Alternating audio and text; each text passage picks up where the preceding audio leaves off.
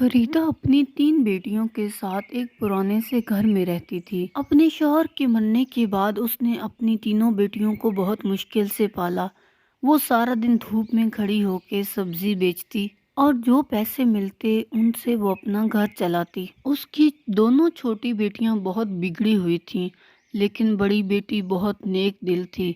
लेकिन वो दिखने में बहुत काली और बदसूरत थी। फरीदा सब्जी बेचने के बाद घर का काम करती, इसीलिए वो बहुत बीमार और कमज़ोर रहने लगी। माँ, तुम्हारी तबीयत ठीक नहीं लग रही, तुम आराम करो, मैं घर का काम कर लूँगी। बड़ी बेटी बहुत परेशान हुई, इसलिए उसने फैसला किया कि आइंदा वो लोग खुद घर का काम करेंगी। माँ की तबीयत ठीक नहीं रहती, अब ये घर हमें ही संभालना होगा।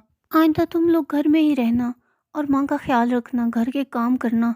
मैं बाजार जाके सब्जी बेच आऊंगी और पैसे कमाऊंगी ताकि घर का गुजारा चल सके। नहीं नहीं, सब्जी बेचने हम लोग जाएंगे, हमसे घर का काम नहीं होता। ये घर तुम ही संभालो और माँ के ख्याल भी रखना।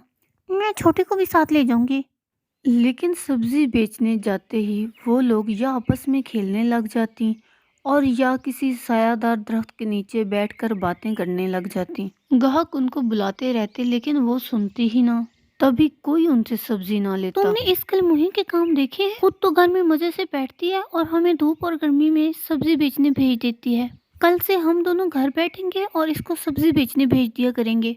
तुम लोग पूरा दिन लगा कर आई हो, लेकिन तुम्हारे हाथ में कोई पैसे नहीं है। मुझे माँ की दवाई खरीदनी थी, घर में खाना पकाने के लिए कुछ भी नहीं है। क्या पूरा दिन कोई सब्जी नहीं बिकी? ये सब्जी बेचने का काम हमसे नहीं होता।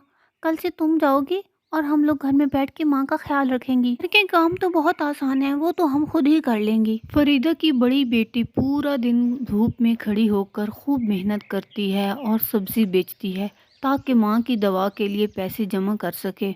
सब्जी ले लो, सब्जी सब्जी ले लो। तुम लोग सारा दिन घर में क्या करती रही हो? तुम्हें पता भी है कि माँ की तबीयत खराब है, फिर भी तुमने उन्हें ना दवा दी है और ना ही पूरा दिन कुछ खिलाया है। और तो और घर में पानी पीने के लिए घूंट भी नहीं है। ज्यादा बातें मत करो, अभी जाके पानी भर लाते हैं। जल्दी चलो, शाम हो गई है। दोनों बहनें शाम के वक्त कुएं पे पानी भरने जाती हैं। वहां पर वो एक कुत्ते को देखती हैं जो कि प्यास से बिलख रहा होता है। लगता है इसे प्यास लगी है, मैं इसे पानी पिला देती हूँ। बेचारा मदद मांग रहा है। पहले ही बहुत देर हो रही है, अब तुम इस कुत्ते की मदद करने में अपना वक्त जाया कर रही हो। कोई बात नहीं, वो बेचारा प्यासा है, वो बेजुबान है और बेचारा कुएं से पानी तो नहीं ना निकाल सकता। क्या हो गया अगर उसको भी पानी पिला दिया तो? तुम्हें बहुत शौक है दूसरों की मदद करने का। मेरी मदद का शुक्रिया है खूबसूरत लड़की। बताओ मैं तुम्हारी क्या मदद कर सकता हूँ। लगता है ये जिन कोई अंधा है जिसको एक बदसूरत लड़की खूबसूरत दिखाई दे रही है।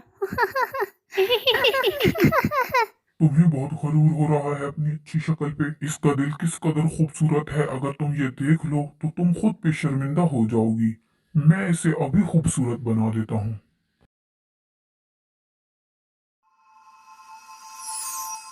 देखते ही देखते वो एक खूबसूरत लड़की में बदल गई। खूबसूरत होना मेरी ख्वाहिश नहीं, मेरी माँ बहुत बीमार है और मेरे पास उसके इलाज के लिए पैसे नहीं हैं। मैं चाहती हूँ कि मैं उसका इलाज करवा सकूँ।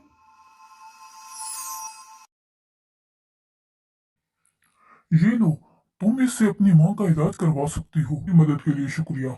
और मुझे अब जाना होगा, मुझे देर हो रही है। तुम एक बहुत नेक लड़की हो, जब चाहो मुझे मदद के लिए बुला सकती हो। दोनों बहनें कीमती सामान लेकर अपने घर की तरफ चल पड़ती हैं। वो बहुत खुश होती हैं कि अब उनकी बहुत सारी मुश्किलात और परेशानियां दूर हो जाएंगी। तुम रुको, मैं ये खुशखबरी माँ को सुना के आती हूँ।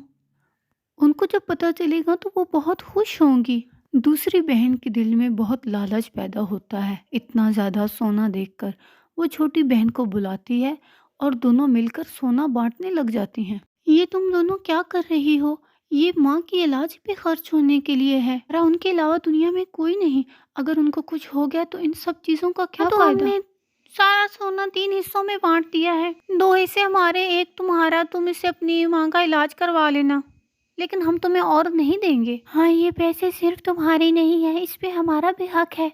बड़ी बहन ये देखकर बहुत हैरान और परेशान हुई, लेकिन उन्हीं पैसों से उसने अपनी माँ का इलाज करवाया और इसकी माँ दिन ब दिन ठीक होने लगी। और इधर इन दोनों बहनों को इनके कर्मों की सज़ा खूब मिली।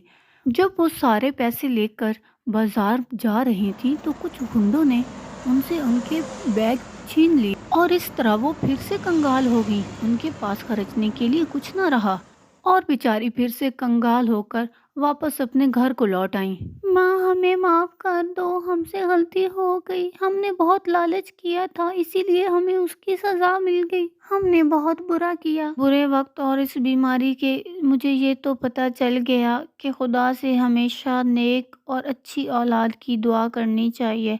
अच्छी शक्ल वाली औलाद का कोई फ़ायदा नहीं अगर उनके दिल बुरे हों। मेरी बेटी ने मुझे इस बात का एहसास दिलाया है।